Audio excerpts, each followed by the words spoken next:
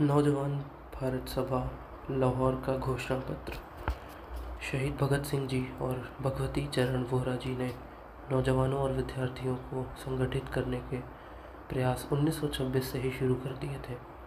अमृतसर में 11-12-13 अप्रैल 1928 को हुए नौजवान भारत सभा के सम्मेलन के लिए सभा का घोषणा पत्र तैयार किया गया, जिसे नीचे दिया जा रहा है।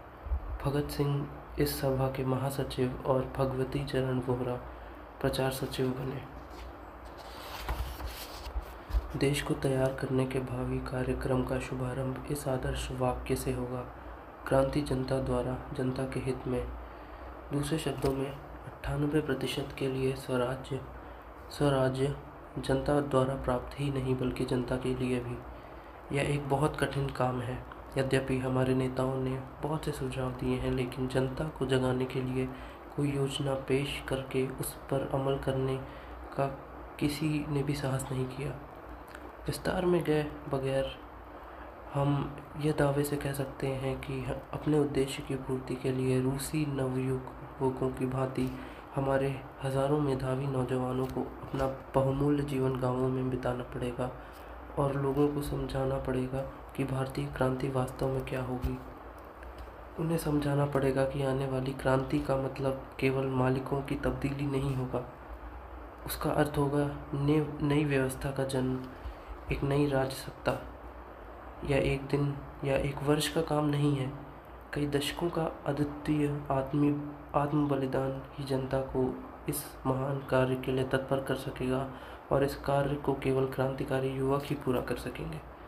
क्रांतिकारी से सिर्फ एक बम और पिस्तौल वाले आदमी से अभिप्राय नहीं। युवकों के सामने जो काम है वह काफ़ी कठिन है और उनके साधन बहुत थोड़े हैं।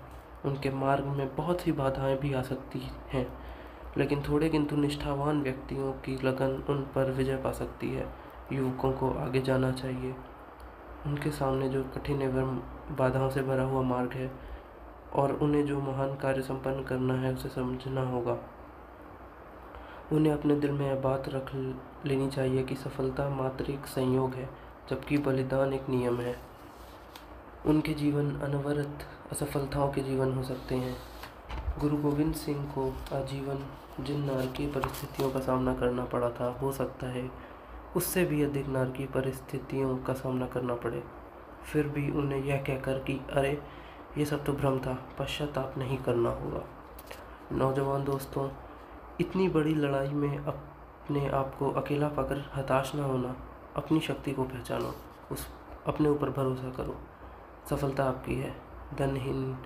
धनहीन, निस्सहाय एवं साधनहीन अवस्था में भाग्य आजमाने के लिए अपने पुत्र को घर से बाहर भेजते समय जेम्स गैरिबाल्डी की महान जननी ने उससे जो शब्द कहे थे उन्हें याद रखो।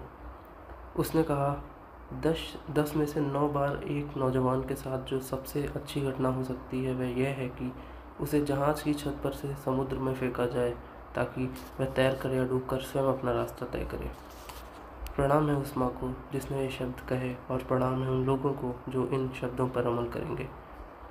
इतालवी पुनरुत्थान के प्रसिद्ध विद्वान मैज़नी ने एक बार कहा था, सभा महान राष्ट्रीय आंदोलनों का शुभारंभ जनता के अविख्यात या अनजाने गैर प्रभावशाली व्यक्तियों से होता है, जिनके पास समय और बाधाओं की परवाह न करने वाले विश्वास तथा इच्छा शक्ति के अलावा कुछ और भी न था। जीवन की नौका को लंगर उठाने दो, उसे सागर की लहरों पर तैरने दो, और फिर लंगर ठहरे हुए छिछले पानी में पड़ता है। विस्तृत और आश्चर्यजनक सागर पर विश्वास करो, जहाँ ज्वार हर समय ताज़ा रहता है और शक्तिशाली धाराएं स्वतंत्र होती हैं। वहाँ अनायास ही ए नौजवान कोलंबस, सत्य का तुम्हारा नया विश्व हो सकता है। मत हिचको।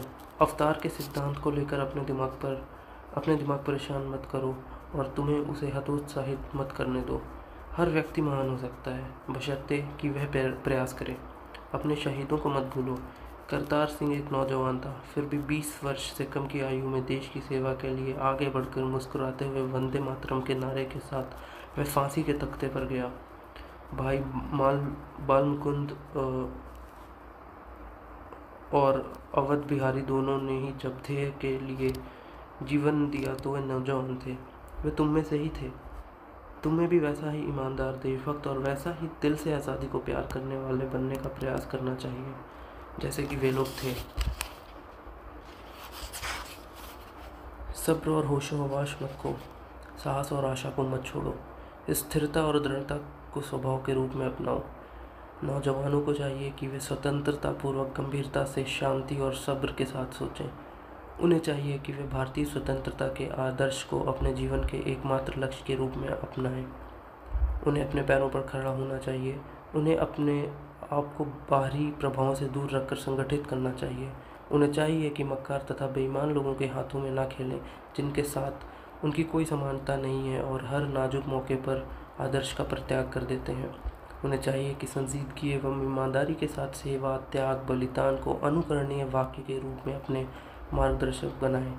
याद रखिए कि राष्ट्र निर्माण के लिए हजारों अज्ञात स्त्री पुरुषों के बलिदान की आवश्यकता होती है, और जो अपने आराम व हितों के मुकाबले तथा एवं अपने प्रियजनों के प्राणों के मुकाबले देश की अधिक चिंता करते हैं।